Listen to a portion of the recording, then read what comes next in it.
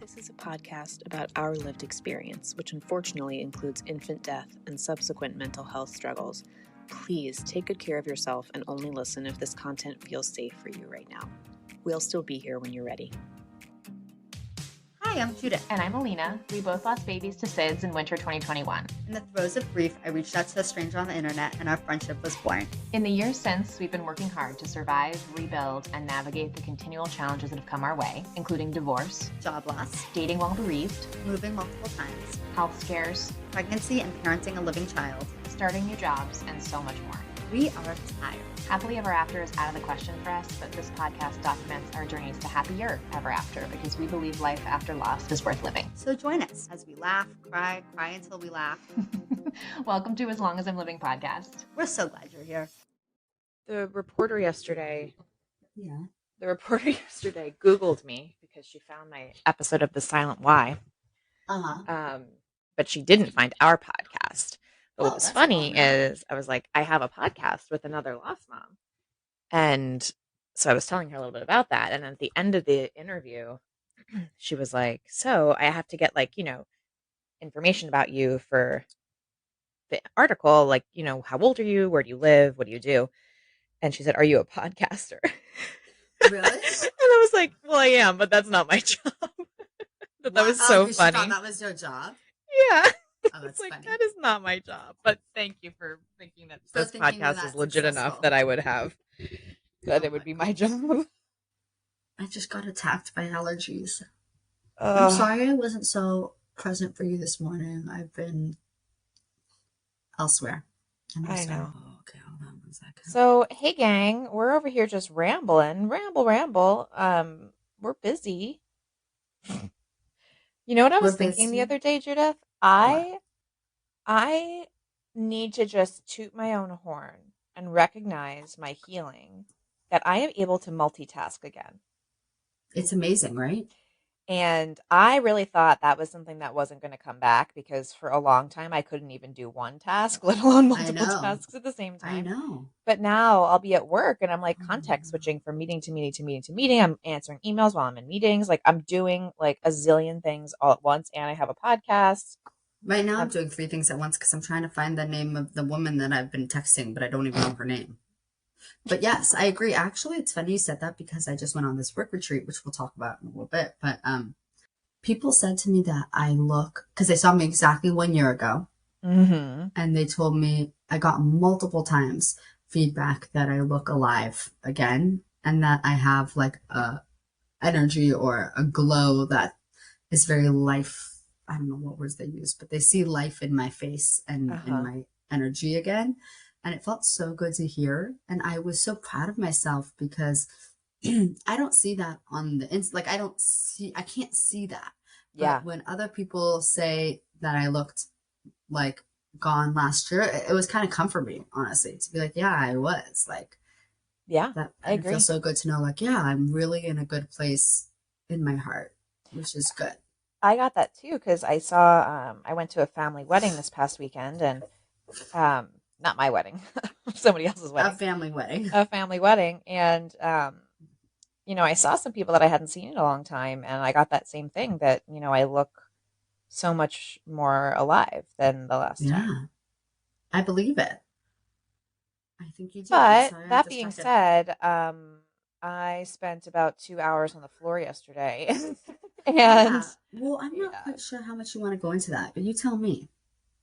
I'll get into it. I had I was asked to participate in an interview for a big newspaper about sudden unexplained infant death, and when it comes out, I'll be sure to share it once I read it and make sure that it feels like something I want to share. But for the first time since EMDR, I recounted the whole day, start to finish, the whole day of finding him. And I was able to do it. I made it through all of that. I recounted an enormous level of detail about what it was like. And I don't know that I needed to go into the detail that I did, but I'm glad I did. And I think the interviewer was glad I did because it does it is a shocking thing to happen. And to me, like, there is some value in sharing the horror, because I think, Yeah. it shouldn't just be us that carries that. But that said, Mm-hmm. and by the way, I don't know how much of that she'll put in, but I think probably some of it. And I wanted to give her the option of all of the pieces of it so that she could make the decisions of what to include in the article. And the interview went great. It went fine. I sent her this little follow-up email after, and then I stood up from my desk to go. I was going to meet my fiance for dinner, and I stood up from my desk, and my legs just turned to jello underneath of me. I realized I was nauseous and I felt dizzy. And I was like, oh, yeah, the body keeps the score. Like, I am not as Yeah. okay as I thought I was. Like, I'm not And you just okay. disappear. And I crawled like on my hands and knees to the bathroom. I didn't actually throw up, but I did like dry heave a whole bunch. Yeah. And then I laid on the floor of the bathroom in the dark. And then, he eventually came home, and I laid in bed. Like, I don't remember a lot of last night because like I was in a Yeah. PTSD blackout essentially. And um, what's weird is, like, I think somebody would hear that and be like, oh, you shouldn't have said all that to that person. And I'm like, no, no, no. Like, I had to do that. That was fine. It's just Yeah. like, it just is what it is. It It's is what it interesting that you is. had that experience this week, because I also had an experience this week. That kind of brought me back to the beginning, which was that I went away for a work retreat, like I said, and I was in Chicago, and my husband was home with our daughter, and I couldn't get a hold of him one night, and I could watch our daughter on the monitor, so I knew she was okay, but I couldn't get a hold of him, and I called him probably 20 times, and it had been a long time, and I started to kind of panic, not kind of, like panic. Totally And this is panic. Yeah. actually the fourth time that this has happened to me. Pretty much every time I go out of town, I'm away from my daughter. But it's not every time. Like when I was with you last year on our grief retreat, it didn't happen. But okay, let's just say it happens pretty much every time I go out of town. Something like this happens where I have a panic attack, and I ended up having to call all my neighbors. Thankfully, I have friends in our neighborhood. I called, like, I just kept calling people until someone woke up, and it was like 1 a.m. here. And my poor neighbor had to be awoken in the middle of the night and come knock on our door. And when she knocked on our door, my husband woke up from his deep sleep and had a panic attack himself, because he was awoken in the middle of the night by someone pounding on the door saying, Judith's trying to get a hold of you, and he thought something was wrong with me. Or your daughter. Well, yeah, he really did think something was wrong with her, because I was just incoherent. I was really incoherent. Like, we both were having panic attacks simultaneously. And, it was interesting because he and I are in such a good place right now, but there's so much anger that comes out of it. It's like, how could you do this to me? Like, he was saying to me, how could you do this to me? And I was saying to him, how could you do this to me? Like, I'm dying. And he was like, I'm dying. And I'm like, you scared me. He's like, you scared me. And we were like so angry at each other in the middle of the night, because we were each having our own separate traumatic panic attacks because, of the other person. Yeah. And I, first of all, if you've been through something like this, which you have, just how exhausting it is physically, like on your body. Yes. To be in such a traumatized state. It's like your body just ran a marathon, and we were both just up shaking, screaming at each other in our heads, because at that point we weren't talking on the phone for the whole night. And I was doing so well. Like I said, people were like, you have a glow to you, like you look so good, you're doing so well. But then in the middle of the night, things happen. Like, I remember, you're still fucked up, the trauma still lives within you, and I don't know how to get it out. Like, I don't know what to do. My neighbor, God bless her, she's a very lovely person, she said, like, do you have any coping mechanisms to help you when these things happen? I think she was just asking, like, generally, like, what have you developed, what's in your school? And I was like, I literally don't have anything, because when I get in such a state that I'm convinced that he's dead, nothing can bring me back. And Well, but the thing is, you do have so many coping I mechanisms. have so many You're in tools. great shape. We just are I talking about this, right? know. Each No, of us no, is in no. fantastic shape, but it's like when these things happen, When these things happen, I'm which brought they back. will. Which they will. And it's like, there are certain circumstances I just don't have any tools in my toolkit. And the I don't tool know. is, I was lying on the floor of the bathroom and I was like, I need to get to my Ativan. I Yeah. need to get to my Ativan. But I was on the floor of the bathroom and the Ativan was in Yeah. the other room. And I was like, Yeah. I don't think I can Did your primary care move my physician limbs. prescribe you the Ativan? Yeah. Okay. Because Yeah. that's actually a good idea. Like, I should probably go to my primary care physician and say that this is what's Yeah. happening and I need help. Yeah. But even that, I was like trapped because my body was like shaking and I was having like, a very visceral physical reaction to this Yeah. trauma that was flowing through my body. And I wound up crawling on my hands and knees from the I bathroom, believe it. like stumbling, but not stumbling because that implies I was standing up. I was on my hands and knees, like dragging myself through I my know. We're apartment so, to get to the so, Ativan. Alina, like, I'm getting emotional thinking about how I was that night because Yeah. this poor woman, I was screaming, when you're crying and you can't, you're like Yes. heaving, like Yes. you're so worked up. Yes. Like I was shaking. I just think about this poor woman who was woken up in the middle of the night to this trauma. And I'm sure it really scared her. Like, I don't think, and kind of brings back to what you were saying about remembering those fine details. I don't actually think general humanity faces trauma and tragedy in the same way that we have. And Mhm. when you see it from the outside, when I saw it from this poor neighbor's side, or you see it from you're kind of like dictating it and telling it to the reporter, it's like you relive it and you're like, oh my God, like this is It not was normal. bad. It's bad and it's not normal. It's No. not normal. There are certain things that I can say, like, okay, if you've been through a bad breakup, I'm sure you can relate to the feeling of wanting to be on the floor sometimes. Like, yes. But I don't think that you can relate to having a panic attack that's induced by sudden death unless you've Mhm. been through something like that. Yeah. And if it's I just the mean, sheer shock. one of the things that I was saying to her is, and again, I'm not going to say only people who have lost a child have felt this, Yeah. but I think the feeling that I was describing was where you are in so much emotional pain that you actually feel like you're dying. Yeah. Like your heart will stop. And that doesn't mean Yeah. I'm crying so hard that physically I can't breathe and my heart will stop. I mean, my heart hurts so Yeah. much Yeah. sometimes that it feels like it will just stop beating. And I Yeah. think, again, I don't think it's not like people haven't felt that in their life, but just to have that feeling, Yeah. it's like just a pinprick away at any moment. At any Yeah. moment, because my Yeah. child is dead.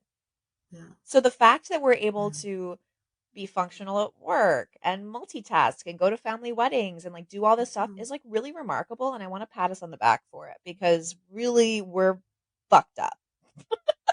Well, I was actually going to go the other way and say that we're doing really well. Like, I'm so impressed that Yeah. we're not fucked up, but the trauma side is just a pinprick away. Wait, is that what you said? Meaning, like, Yeah. you just don't know. Because I, on the same work retreat, held a 6-week-old baby boy. And what's interesting is I held the baby, and I told you that afterwards I was sad, but I wasn't like traumatized. I wasn't like triggered emotion. Mm-hmm. Like I was sad, but I Yes. wasn't in this panicked state. It didn't cripple me. But what's interesting is like there are some things that now I can say, yeah, I've developed a coping mechanism with that. I Mm-hmm. know how to process that. But there are still Yes. some things that I just don't know how. As a really good example at this family wedding, we were at a restaurant the day after the wedding, a group of us, and a waiter at the restaurant collapsed to the floor. I watched him Right. collapse to the floor and have a seizure. And my whole family was looking at me like they were going to be like, they were like, do you need to leave? Like, blah, blah, blah, all this stuff. Yeah. And I was like, I'm okay. Yeah. Like, Isn't that I'm weird? watching a That would have medical sent emergency. me. I'm watching EMTs come in. It was That would like have everybody panicking. that would have really And hit that's me. the kind of thing that I know I've done the processing. I Yeah. specifically in EMDR processed emergency vehicles, this whole thing, other people's emergencies, and I have this it's called a positive cognition. That's where I repeat to myself, this is not my emergency. This is not my emergency. Yeah. This is not my emergency. And I was sitting there just calmly in my head, this is not my emergency. And everyone in my family was looking at me thinking I was going to be Yeah. devolving into this like, puddle of trauma. And I was like, this is not my emergency. Like, I didn't Yeah. enjoy that he was having a seizure on the floor, let me be clear, but I No, think I but was almost well, handling it better than anyone in the restaurant. it's interesting to me that you are that did not set you off. I know you've done a lot of work around it, but that would totally have upset me. And now, I mean, because I have an 11 child, but for a lot of reasons, like sometimes kids are hard for me, but in general, crying kids doesn't trigger me. Babies, even Aiden's age, don't trigger me. Like in general, I can handle the babies without a problem, you know, but this really ate at me. I mean, yeah. So I think it's one of those things that remind me that we're just human and we've been Yeah. through a lot. Yeah. That's what I tried to tell myself. And actually, that's what I told the neighbor. And oh, this was the worst part, by the way. Not the worst part, but a bad part. The next morning, I woke up and everyone called me back who slept through my calls in the middle of the night. Everyone was like, "Are you okay? Did you mean to call me at 12:50 in the morning? I thought it was a missed call. Like, is everything okay?" And I had to like, what was I going to tell these people? You know, Yeah. like, Yeah. what was I going to, I had to tell 10 people. I had to be like, "Oh no, I'm okay. Just check it in." I ended up talking. One of my friends is a therapist, and I called her in the middle of the night because her husband is a doctor. I was like, he must keep his phone on loud. What if there's like an emergency, whatever? But he does not, is what I've learned. And I was talking to her about it, and she was like, "Judith, like, do you want me to, make up something when I tell him why you called? Like, what?" And I was like, "I'm not embarrassed about this. Like, I literally said, you try losing a child and tell me if you have panic attacks in the middle of the night. Like, I don't think this is embarrassing. I think it's like awkward because now I don't know what to say to all these people, but I'm not embarrassed that I had this reaction. Yeah. I feel bad for the person that I woke up in the middle of the night and my husband and I had panic attacks in front of her, both of us on either side of her. Yes, I feel bad that I did that to her because that's not a nice thing. It's not nice, but I don't feel embarrassed because Yeah. I recognize and I'm giving myself the grace to say that I've been through something very, very traumatic that these people cannot fathom. And I want to also recognize that us even having language to talk about Yeah. this and that compassion is in and of itself a step. And I think to Yeah. myself, like, me being able to recount every detail of that day calmly and with presence of mind is in and of itself a step forward, even if afterward my body was like, we're not completely okay. Like, Yeah. all of these are steps forward. And I quite frankly, like, I don't think I'm ever going to get to the point where I can recount explicit details of finding my son's body and be 100% fine. But I Right. am significantly more fine now than I was before, just as you don't have panic attacks in the middle of the night 99% of nights, right? Well, what I'll say is I used to get panic attacks because if my husband goes to bed really late at night, which is also why I was suspicious that he was not awake at 1 in the morning when I was trying to reach him. Yeah. But I used to get panic attacks when he was in the house. Like if he was in his office and I would wake up at 3 in the morning in my bed and he wasn't in the bed, I would get panic attacks and I would call you heaving on the floor outside.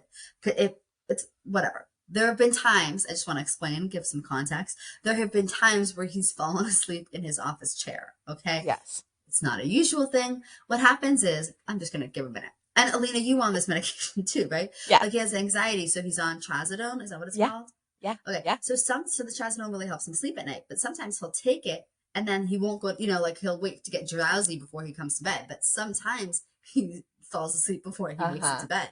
So he'll fall asleep like in his chair deeply from this medication. And so this has happened multiple times where I've woken up, he's not where he should be, meaning in the bed, and I can't like find him, or I don't know exactly where he is, or I get confused. And you're not in your right mind. You're like stumbling around, like, where is he? He's dead. Stumbling, right, exactly. Where could he be? I see the car in front. Where would he be? It's 3 in the morning.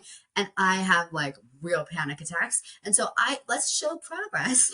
When he's in the house, I'm much better at managing my panic attacks. But when I'm out of the house, it's still a real challenge. And I suspect I will always, like you're saying, carry a piece of like, if I can't reach you and I've been trying to call you for hours, and there will always be a piece of me that will be terrified. But I hope that it's not to this physical extreme. Yes. That's what I'll say. Yeah. But we're getting better. We're as we getting talk better. about a couple of really severe meltdowns. We're getting better. Oh my God, I'm so much better. So I'm much doing better. really well, honestly. I'm I in a am really too. happy place. I Yeah. am too. I'm doing really, really well. Things feel So like they're finally let's trying talk to about turn. that for a little bit. Okay, yeah. So what's going on in your good life? Well, I'm getting married, and that's all going great. Our Yeah. parents met each other. It went well. I had a really good weekend with my family Which, for by our. the way, I find funny because in my culture, in my community, like they would have met a lot earlier.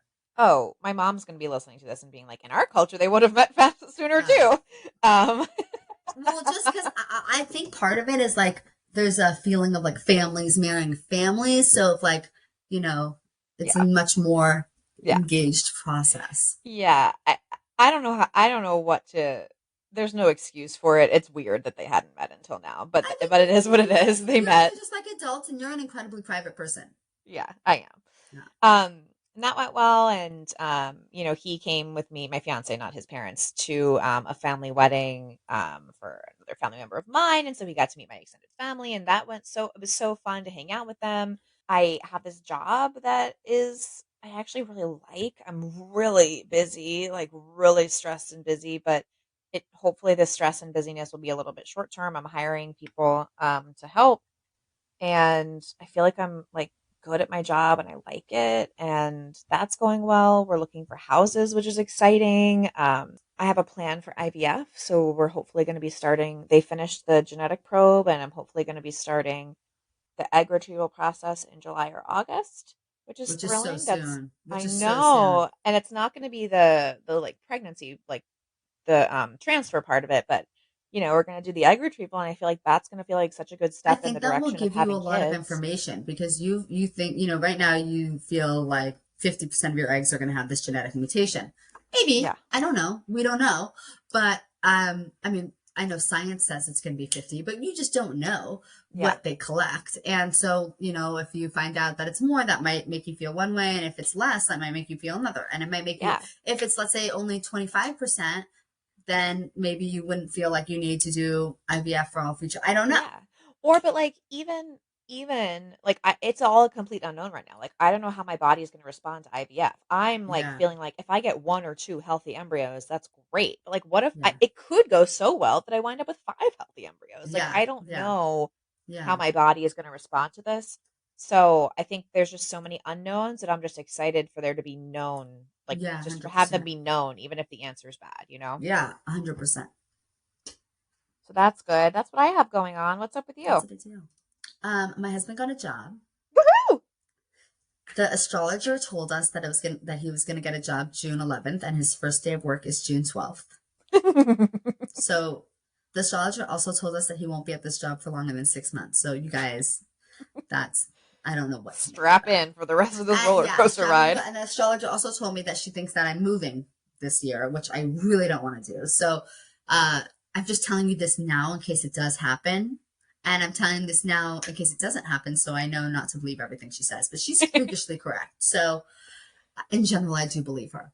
Um, okay, so yes, my husband got a job and I'm so excited for him because he's so excited. It's been a really long time since he's had a job he's excited about. So that's great news. And he's been doing so well, like with his healing and his grief and his journey. I'm so proud of him. And it feels so good for us both not to be grieving. This is like the first time in 2 years that we're both not grieving. And it's been like Yeah. nice just not to have to even think about that. And Mhm.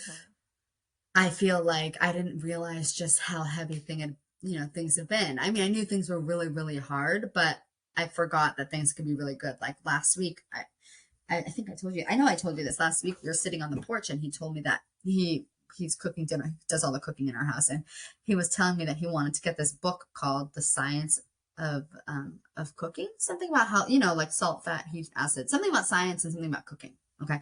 And he told me, he was like, that thought for him, like, was the first time in 2 years he had an interest in doing something. Oh He my was God. excited to do something. He wanted Yes. to learn something. He wanted to learn how to cook with whatever he was excited about his life. Even though it was just the science of cooking, he hadn't experienced an interest in so long. And I really relate to that because I remember when Aiden first died, I couldn't shop for a long time because everything looked the same. Like I would go in the store and everything looked the same. The colors were the same. Everything was the same. I couldn't shop. There was no preference because it was all the same.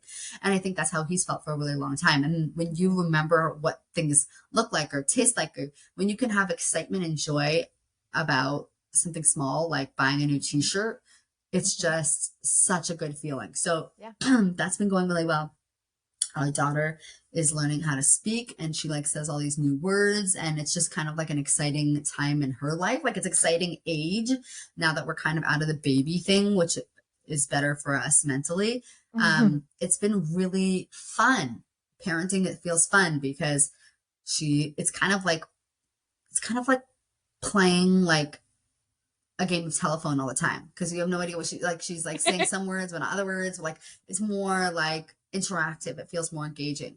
So that's been really good. And summer is my favorite season. I should also say that I love being near water and I love the summer, and the pool is opening this weekend, which is such a dumb thing to be excited about, but I'm so excited about the pool opening this weekend.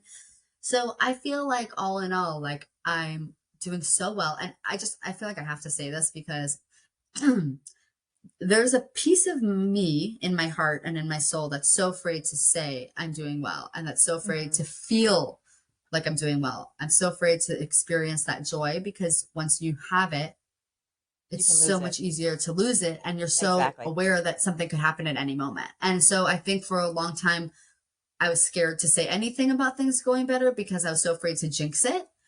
And I have made a conscious choice to not empower that little voice, even though maybe there's a piece of me that believes it.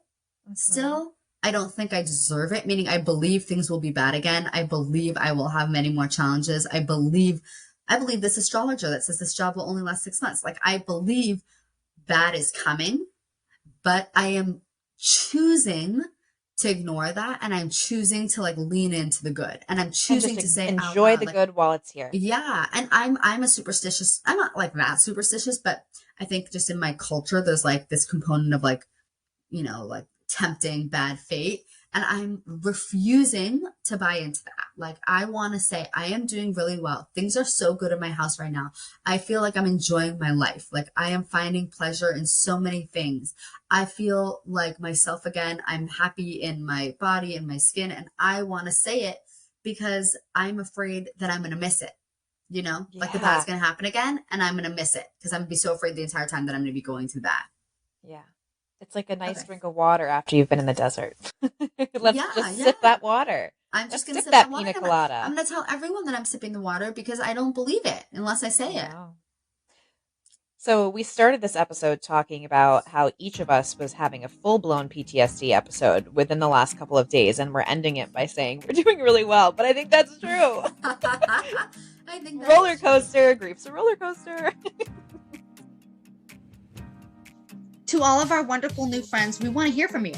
Email us at aslongasimlivingpodcast@gmail.com and follow us on Instagram at aslongasimlivingpodcast. We'll get back to you as soon as our grieving brains allow. Yay!